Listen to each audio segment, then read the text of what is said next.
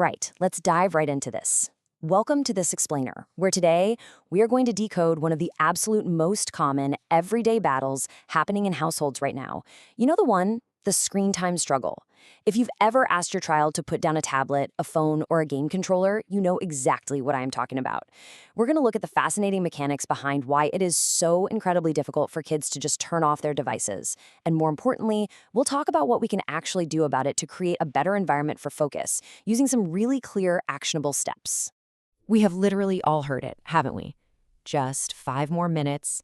It always starts as this simple, highly relatable request. You just want them to turn off the screen so you can move on to dinner or homework or bedtime. But then, 10 minutes pass. The screen is definitely still on. You ask again, and suddenly you're met with anger, frustration, or a kid who seems completely deaf to your voice. What should have been a super quick, easy transition has suddenly escalated into a full-blown family argument. So here's the thing. There is a massive disconnect between how we, as adults, perceive this moment and what the child is actually experiencing.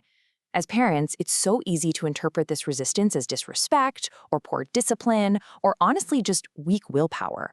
But that explanation, it's totally incomplete. See, from the child's perspective, they aren't trying to be disobedient at all. They're being abruptly pulled away from a highly engaging, emotionally intense, and totally unfinished digital experience. Literally, they're fighting against a system that is meticulously designed to keep them right there. To manage this better, we really need to change our whole approach. The most useful question to ask yourself in that heated moment isn't, why won't my kid just obey me? Instead, try asking this, what is happening on the screen at the exact moment I'm asking them to stop? Just imagine they're playing an online game. A round is almost finished. Their friends are waiting on them. A huge reward is literally seconds away. When you understand that they have spent minutes, maybe hours, working toward a goal, it immediately lowers the stakes of the conflict. Now, this doesn't mean we just cave and remove the boundary, but it completely helps us reframe our reaction and manage the whole transition a lot more effectively. Section 1, 4 features against willpower. Let's look at the actual mechanics making this so tough. We are asking children to rely on their willpower against platforms expertly engineered to bypass it. There are 4 specific features constantly disrupting their attention. First is autoplay. One video ends, the next begins instantly. Second is endless scrolling. There's literally no final page, meaning a child can easily lose track of time, even if they only meant to look for 5 minutes. Third, small goals and rewards. Badges, leveling up, unexpected notifications popping up, it all encourages just one more attempt. And finally, social pressure. Friends might be waiting inside a game, or a message demands an instant reply. Turning off the device often means leaving a social experience, not just a solo activity. The psychological trap of that first feature, autoplay, is absolutely profound. Because the next video starts immediately, the platform removes any natural pause where a child might consciously choose to stop.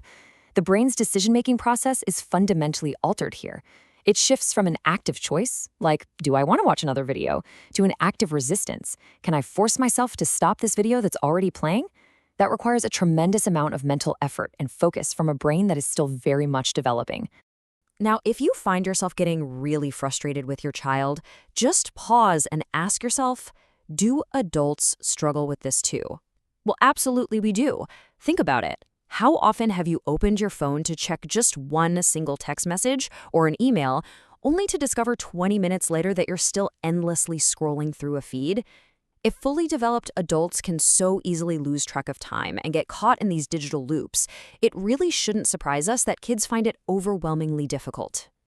The absolutely crucial takeaway here is that self-control is not a switch that just suddenly flips on. It's more like a dial. Children are still in the process of learning how to delay gratification, shift their attention, and think about future consequences. You can't teach self-control simply by demanding, hey, control yourself. That skill develops gradually through predictable routines, really clear expectations, and giving them real opportunities to practice stopping successfully. Which brings us to Section 2, resistance is not a diagnosis. A lot of parents feel this massive surge of anxiety when their child throws a tantrum over screen time. They start wondering if this ordinary distraction automatically means ADHD or a clinical digital addiction. But we need to define ordinary resistance here. A child becoming disappointed or even angry when screen time ends does not automatically equal a psychological disorder. Disappointment is a completely normal reaction to a super fun activity suddenly coming to a halt. And this is especially true if the kid is tired, hungry, or just completely surprised and unprepared for the transition. To really clarify this, let's separate normal resistance from actual signs for concern. Normal resistance, that looks like anger at stopping or vocal disappointments. Oh man, I don't want to stop. That's normal. On the other hand, major concerns look like regular loss of sleep, severe withdrawal from family life, highly secretive use, or repeated neglect of schoolwork. You've got to look at your child's overall life balance rather than just zeroing in on one isolated tantrum. Now, if the severe signs persist together, yeah, that might require a professional assessment. But everyday anger at a game being turned off, usually that's just normal resistance. Moving on to Section 3, the 5-step screen transition plan. Let's look at a practical way to create a better environment for focus. So how do we actually handle this normal resistance without losing our minds? Here is a complete 5-step framework. Step 1. Decide the limit before the screen even turns on. Do not invent rules when you're already frustrated. Step 2. Connect that limit to a visible, predictable cue, like a physical timer, not just a vague stop soon. Step 3. Give transition warnings so they can mentally prepare. Step 4. Acknowledge their feelings of disappointment without removing the boundary. And step 5, make the next activity completely clear. A predictable structure is the absolute key to helping a child successfully switch their attention. I want to zero in on the power of the number 5 for a second, specifically from step 3, the 5-minute warning. Telling a child, hey, you have 5 minutes left, finish this round, but do not begin another one is incredibly effective. It helps their brain switch tasks.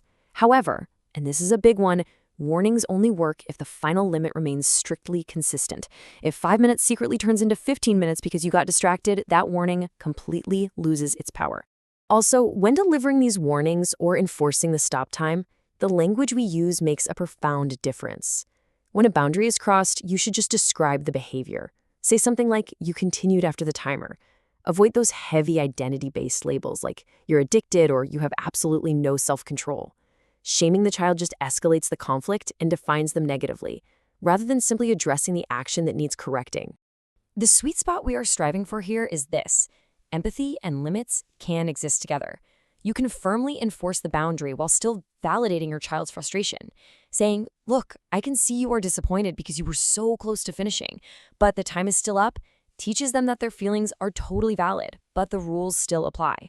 It is so much more instructive than just getting angry. Finally, Section 4, the 7-day family experiment. Let's put this into practice. I want to challenge you to implement this structured approach, but not as some permanent, high-stress, ironclad rule change. Instead, treat it as a low-stakes, short-term trial. Over the next week, just try these concrete actions. Before the screen goes on, agree on the end time. Set a visible or audible timer. Give that calm 5-minute warning. Name the specific activity that comes next, whether it's setting the table or going outside. And when they inevitably get disappointed, acknowledge the feeling, but do not extend the time. Don't expect perfection on day 1. Just observe.